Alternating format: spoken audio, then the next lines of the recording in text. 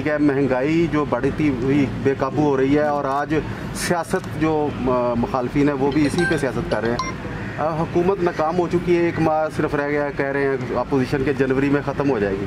دیکھیں، پہلی بات میں یہ کہنا چاہتا ہوں کہ حکومت کہیں نہیں جانے والی.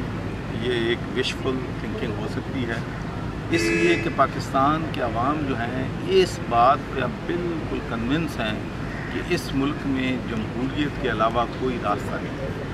جمہوریت کا تسلسل چاہتے ہیں، جمہوریت کی مضبوطی چاہتے ہیں. 2008 سے 13 تک پیپلز پارٹی کی حکومت تھی، صوبے میں نون کی حکومت تھی. اب پھر اس کے بعد 5 سال نون کی مرکز میں بھی حکومت رہی، صوبے میں بھی حکومت رہی. ہم نے جلسے جلوس ان سے بڑے کیے، ہم نے دھرنا بھی دیا، سارا کچھ کیا، لیکن حکومت ختم نہیں ہوئی. تو اس لیے میں سمجھتا ہوں کہ حکومت جو ہے وہ اپنے 5 سال پورے کرے گی. باقی آپ کی بات درست ہے کہ حکومت کے بہت بڑے چیلنجز ہیں اور مہنگائی ہمارا بہت بڑا چیلنجز ہے. اور اب ہمارا جتنا بھی فوکس ہے، دیکھیں پہلے ہمارے انٹرنیشنل ایشوز تھے، نیچرل ایشوز تھے، قرضوں کا ایک کمبھار لگا ہوا تھا. ہمارا کرنٹ اکاؤنٹ ڈیفیسٹ $20 بلین تھا، جس کو ہم کم کر کے $3 بلین پہ لے کے آئے. تو اکانومی کو ہم نے درست سمت میں لگا دیا ہے. آپ دیکھ لیں کہ کنسٹرکشن انڈسٹری اب ماشاءاللہ بہت بہتر ہو گئی ہے. کووڈ کے باوجود اب جو بزنس کمیونٹی ہے گڈ جو ہے فیلنگ فیکٹر ہے. تو یہ سارے ایشوز تھے جن کو ہم نے ایڈریس کیا ہے.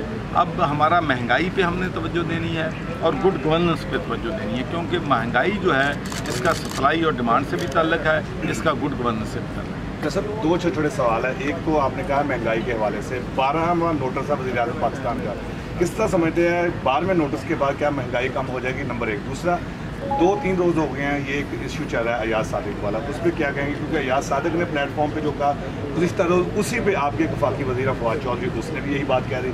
بھارت جو ہے یہ دونوں کا بیان لے کے پھر رہا ہے، کیا کہیں گے اس پہ؟ دیکھیں، میں تو I am the one who has spend 37 year in British politics, in European politics.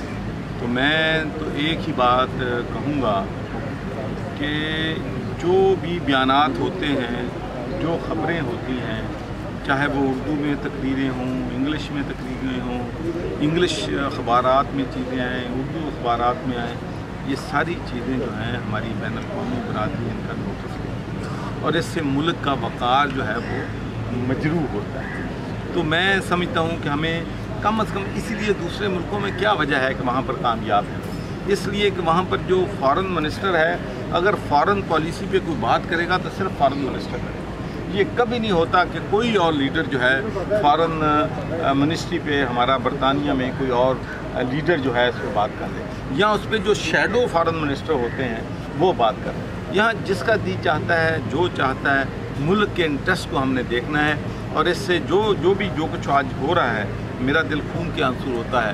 اور میں سمجھتا ہوں کہ اس سے ہمارا نقصان جو ہے وہ پاکستان کی امیج کا نقصان ہے، پاکستان کو نقصان ہے، پاکستان کے عوام کا نقصان ہے.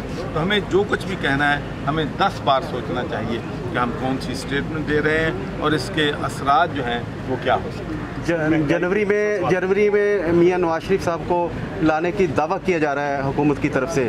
آپ ایک طرف تو کہتے ہیں کہ انٹرنیشنل قوانین جو ہے مجبور کرتے ہیں کہ وہ قدغن ہے اس کے سامنے. تو دوسری جانب حکومت یہ دعویٰ کر رہی ہے کہ جنوری میں نواز شریف کو ہر صورت پاکستان میں لایا جائے گا. کیا کہیں گے؟ دیکھیں، اس بارے میں تو اسی لیے میں نے پہلے عرض کیا کہ جو جس کا فیلڈ ہے اس کو کام کرنا چاہیے. کہ جو لوگ ان کی واپسی کے لیے لیگل باٹل لڑ رہے ہیں وہ ان حالات سے مجھ سے زیادہ واقف ہوں گے. لیکن میں تو صرف یہ کہنا چاہتا ہوں کہ ہمارے دونوں ملکوں کے درمیان کوئی ایکسٹریڈیشن ٹریٹی نہیں ہے. اور دوسرا، اگر مجھے پتہ ہو کہ ان کے کیس کا سٹیٹس کیا ہے تو میں آپ کو ابھی بتا سکتا ہوں کہ واٹ آر دا چانسز. میرے اس کیس کے بارے میں نہ مجھے حکومت کا علم ہے، نہ انہوں نے اپنے ڈیفینس میں وہاں پر کیا لاج کیا ہے، نہ میرے علم ہے. تو اس لیے میں اس پہ کوئی comment. Thank you sir. Thank you sir.